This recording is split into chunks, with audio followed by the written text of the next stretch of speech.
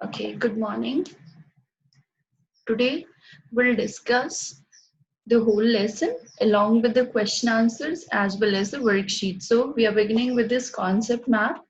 So constitution जिसको हिंदी में हमारे देश का संविधान कहते हैं, it was written so that the government and the people know their rights as well as duty.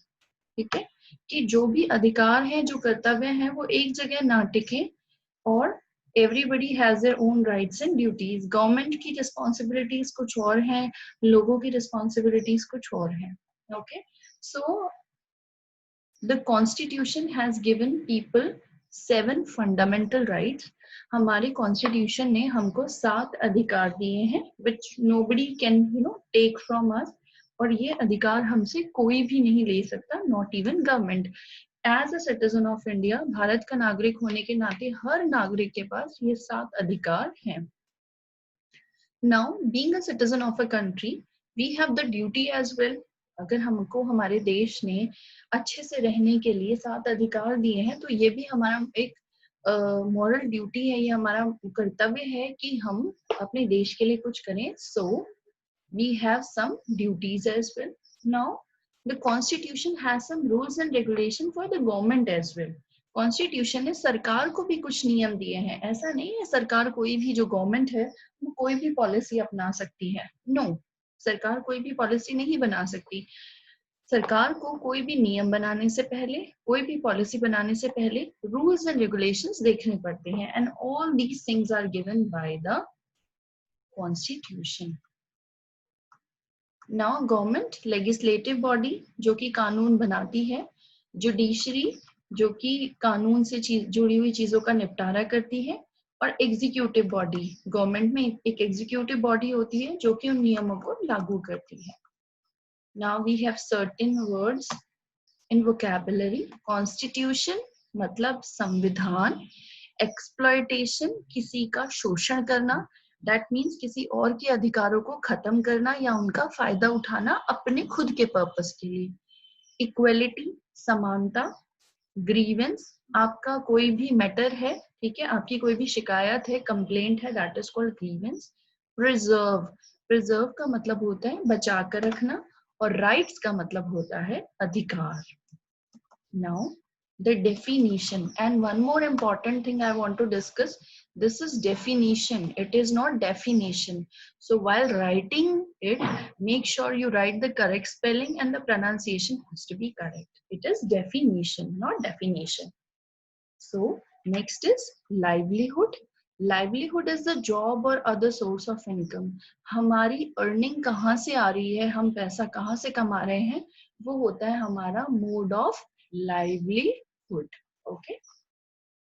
Now, exploitation. To treat someone unfairly is called exploitation. किसी का भी किसी को गलत तरीके से किसी के साथ व्यवहार करना, वो exploitation कहलाता है. Human trafficking. Forcefully transporting people for slavery. कैदी बंदी बनाने के मकसद से, ठीक है, अपना काम कराने के मकसद से जबरदस्ती लोगों को एक जगह से दूसरी जगह भेजना, वो कहलाता है human trafficking. Now answer the following questions. First, what is the constitution of India, when did it came into existence. हमारा जो कॉन्स्टिट्यूशन क्या है और ये कब लागू किया गया. Constitution contain structure, procedure and power of government of India. हमारे देश का जो संविधान है उसमें सरकार किस तरह की होगी, कैसे काम करेगी, और सरकार के पास क्या क्या पावर्स होंगी, ये सब लिखा हुआ है. और ये लागू किया गया था 26 जनवरी 1950 को. What are fundamental rights? हमारे जो अधिकार क्या है, फंडामेंटल अधिकार, मौलिक अधिकार क्या है हमारे. The right provided by constitution to every citizen of India are known as fundamental right. वो राइट जो कॉन्स्टिट्यूशन ने भारत के हर नागरिक को दिए हैं उसको बोलते हैं fundamental right. There are 7 fundamental right. अब 7 अधिकार हैं, ये आप सबको लर्न होने चाहिए. Right to equality, right to freedom, cultural and educational right, right to freedom of religion, right against exploitation, right to constitutional remedies, and right to education. Ab, now let's discuss in detail what is right to equality. Right to equality says we all, the citizen of India, we all are equal. No discrimination. Discrimination means भेदभाव. कोई भी किसी के साथ किसी भी प्रकार का भेदभाव नहीं कर सकते. भारत के सभी नागरिक हर तरह से बिल्कुल इक्वल हैं. आप धर्म के आधार पर, जाति के आधार पर, ठीक है, किस क्षेत्र से हैं, किस जगह से हैं, कैसे दिखते हैं, किसी भी बेसिस पर हम किसी के साथ भेदभाव नहीं कर सकते. Along with this, the Constitution has some reservation for the weaker section of society. जो शेड्यूल कास्ट और शेड्यूल ट्राइब के लोग थे, जो कुछ पिछड़े रह गए थे, उनको आगे लाने के लिए कॉन्स्टिट्यूशन में रिजर्वेशन का भी प्रावधान है. अब रिजर्वेशन में क्या होता है कि गवर्नमेंट जॉब्स और गवर्नमेंट इंस्टीट्यूशंस में जितने भी जहां पर गवर्नमेंट के इंस्टीट्यूट है, जहां पढ़ाई हो रही है या गवर्नमेंट जॉब्स हैं, वहां पर कुछ परसेंट सीट्स जो है वो उन लोगों के लिए रखी जाती हैं जो पिछड़े हैं. And untouchability is punishable. Untouchability illegal है.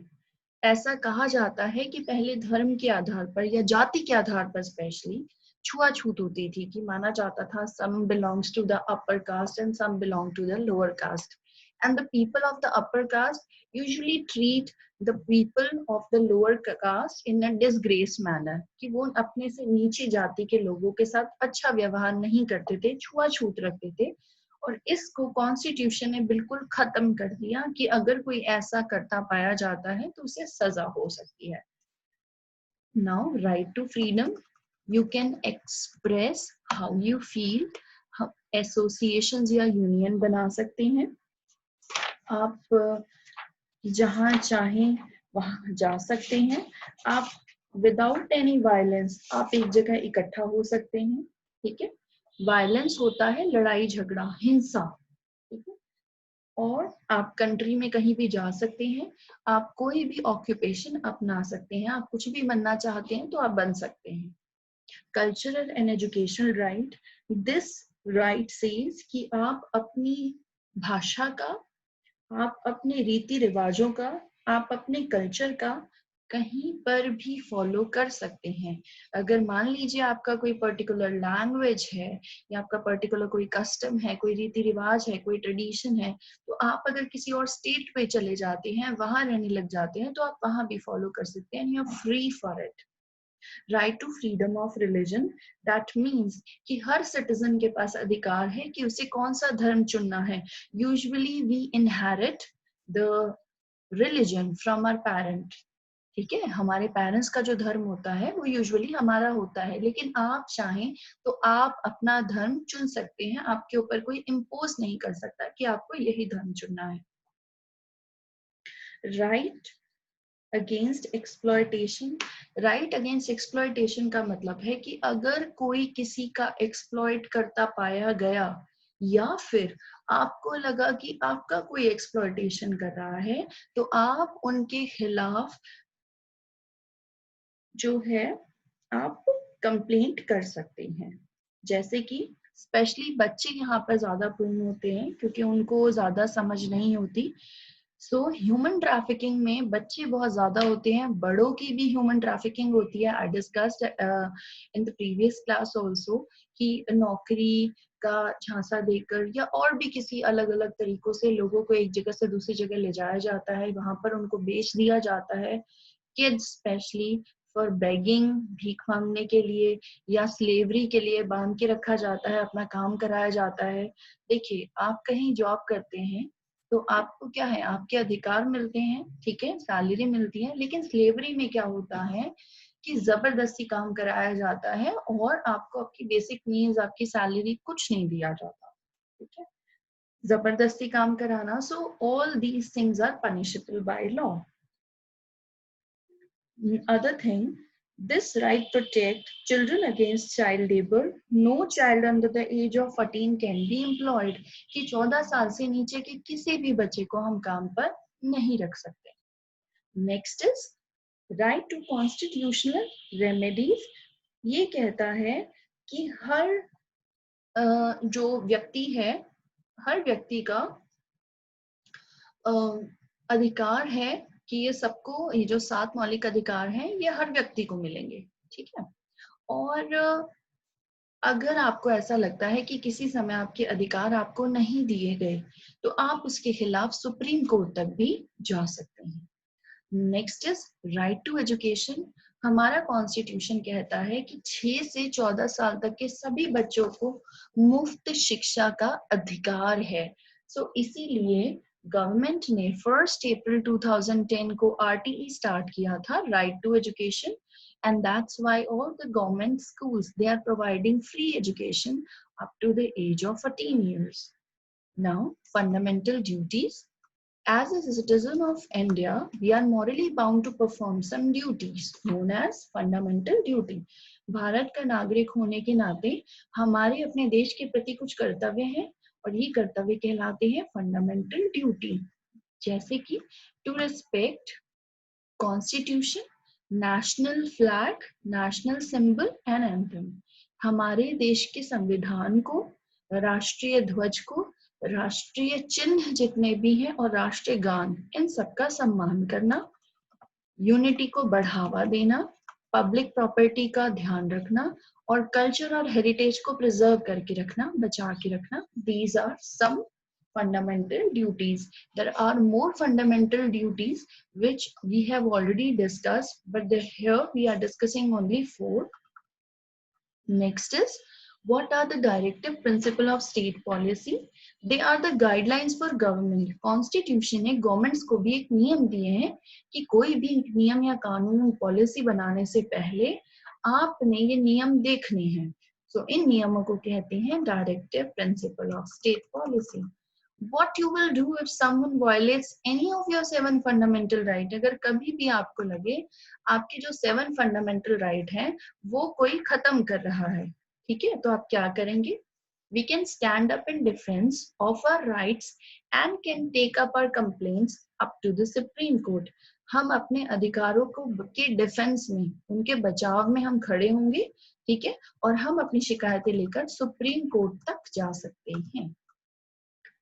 The right to equality is the first of 7 fundamental right. Right to equality 7 fundamental right में सबसे पहले है, क्योंकि ये बहुत important है because it gives equal opportunity to all.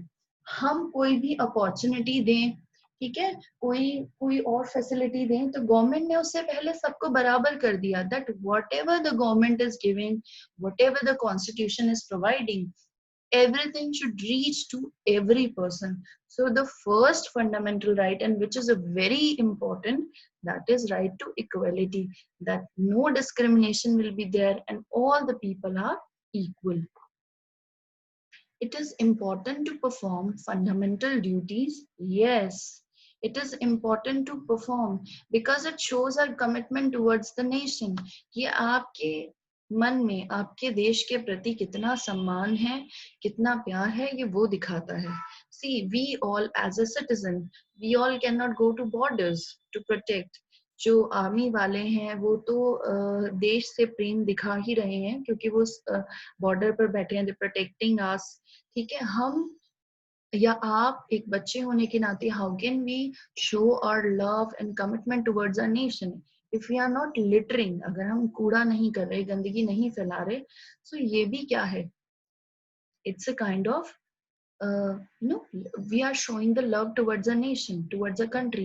ये भी हम देश के प्रति एक सम्मान की भावना ही है. हम कहीं घूमने गए, it's mentioned in our fundamental duty. आप कहीं घूमने गए, suppose you went to Red Fort and you see people eating and they are throwing garbage here and there, and on the stone and the walls people used to carve their names. वो क्या करते हैं लोग, stone से या किसी भी sharp चीज से अपना नाम लिख देते हैं. So we should avoid these kind of things and we should help in preserving our culture and heritage. Now We have assignment. When the Constitution of India was drafted, हमारे देश का कॉन्स्टिट्यूशन कब ड्राफ्ट किया गया था? It was drafted on 26 November 1949. Who is the highest protector of law? Highest protector of law है Supreme Court. Okay. When did right to education came into force? Right to education कब लागू किया गया था? 1st April 2010. Which right allow us to choose and practice religion? कौन सा right है जो कहता है कि हमारे पास अपना धर्म चुनने का, ठीक है, और फॉलो करने का पूरा अधिकार है? That is right to freedom of religion. How many fundamental rights are given? कितने fundamental rights दिए हुए हैं? 7. Who is known as father of Indian Constitution? Dr. B.R. Ambedkar. Which is the longest constitution in the world? The Constitution of India. Bharat का संविधान दुनिया का सबसे बड़ा संविधान है. What is child labor? Employing a child who is below 14 is known as child labor. 14 साल से नीचे के किसी भी बच्चे को काम पर रखना child labor कहलाता है. What is grievance? Any complaint, ठीक है, any complaint for any unfair act is known as grievance. Which is the supreme law of the country? Constitution. हमारे देश का जो संविधान है, हमारे देश का जो संविधान है कॉन्स्टिट्यूशन, वो ही सबसे बड़ा नियम है. ठीक है. So we have discussed the lesson and we have also discussed the